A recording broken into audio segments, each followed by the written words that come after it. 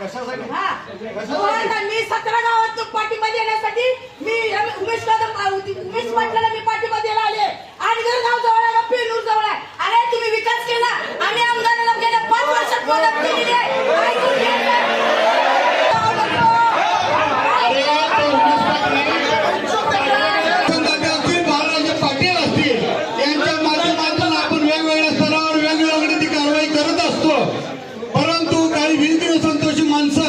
ज्यांच्या मनगटात दम नाही ते बायकांना पुढे जाऊन,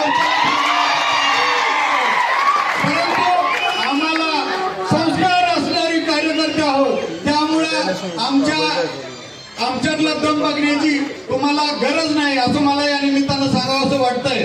कारण राजन पाटलांनी याआधी देखील आपल्याला योग्य त्या पद्धतीनं प्रत्युत्तर दिलेलं आहे.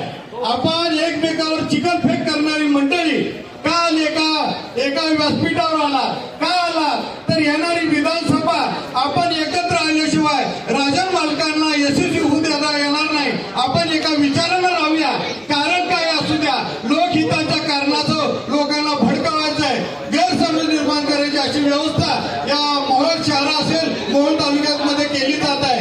यापूर्वी देखील अशा पद्धतीने केलं गेलं होतं. मला म्हणायचं मी कामती कुरुड भागातून येतोय. मला सांगायचं जी गोष्ट आम्हाला पाहिजे ते आम्ही नेत्यांना सांगितली आहे, राज्यकर्त्यांना सांगितली आहे, विरोधात असताना देखील सांगितली आहे. जी गोष्ट पाहिजे ती मान्य स्वर्गीय आराराम असताना आम्ही पोलीस स्टेशनची मागणी राजन पाटील साहेबांच्या त्यावेळेच्या अध्यक्ष यांच्या माध्यमातून आराराम यांना केली आणि त्यांनी ती दिली. त्याबद्दल त्यावेळेच्या मोहोळ तालुक्यातला मोहोळ शहरातला कोण पुढे आला होता का? इतके अपघात होत आहे, इतके हे होत आहे, त्यावेळेस देखील कोण आला नाही. त्यासाठी त्या पोलीस स्टेशनसाठी लागणारी मदत यशवंत दादांनी आपल्या आमदार फंडातून आणि आम्ही स्वतः गावची 2 एकर जमीन देऊन ते पोलीस स्टेशन वसवलं. राष्ट्रीय मार्गावर राष्ट्रीय सुरक्षा व्यवस्थेचं पोलीस स्टेशन हवं आहे. त्यासाठी आपण आवाज उठवणं गरजेचं आहे. तिथं अपघात होत आहे, 108च्या गाडीची आवश्यकता आहे. त्याच्याबद्दल कोण बोलते का? 50 फॉटचं हॉस्पिटल काढलं, मंत्र्यांना उद्घाटन केलं, 1 फॉटचं एक पायाभरणी केली का? ही सुद्धा बाब तुम्हाला एकदा लोकांना पटवून सांगावं लागेल. हे लोक बनावट आहे आणि लोकांना दिशाभूल करण्याची परिस्थिती निर्माण करून लोकांना दिशाभूल करताय.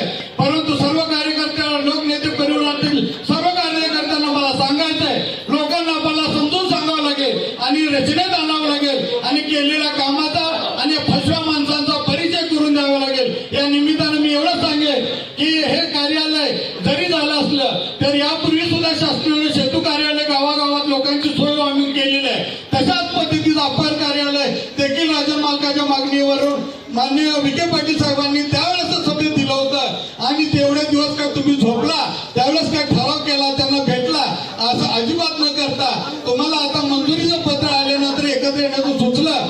हे केवळ तुम्हाला लोकांची दिशाभूल करण्यासाठी आणि लोकांना उचकवण्यासाठी आणि लोकांच्या सहानुभूती घेण्यासाठी हे सगळं चाललेलं आहे. मला एवढं सांगायचं आहे की आदरणीय राजन मालकांवरती आपल्या त्यांच्या नेतृत्वावर आमचा पूर्ण विश्वास आहे. कामती कुरुड भागातले आम्ही सर्वजण ग्रामपंचायत तिथल्या सर्व सक्षम आहोत ना. आम्हाला जे लागतं ते मागताय. तुम्हाला पुतणी राक्षसीचं प्रेम येण्याची काय गरज आहे? आम्हाला प्यायचं नसलं तर बळद पाजण्याचं हुकूम कशाला करताय? आम्हाला देखील आदरणीय राजन मालकांनी पुतणी राक्षी जरी बळद पाहायला लागली तरी कृष्णासारखी सर्व दात आम्हाला दिलेले आहे आणि आम्ही ते दाखवल्याशिवाय आणि तुम्हाला ठार मारल्याशिवाय राहणार नाही. एवढ्याच या निमित्तानं सांगतो.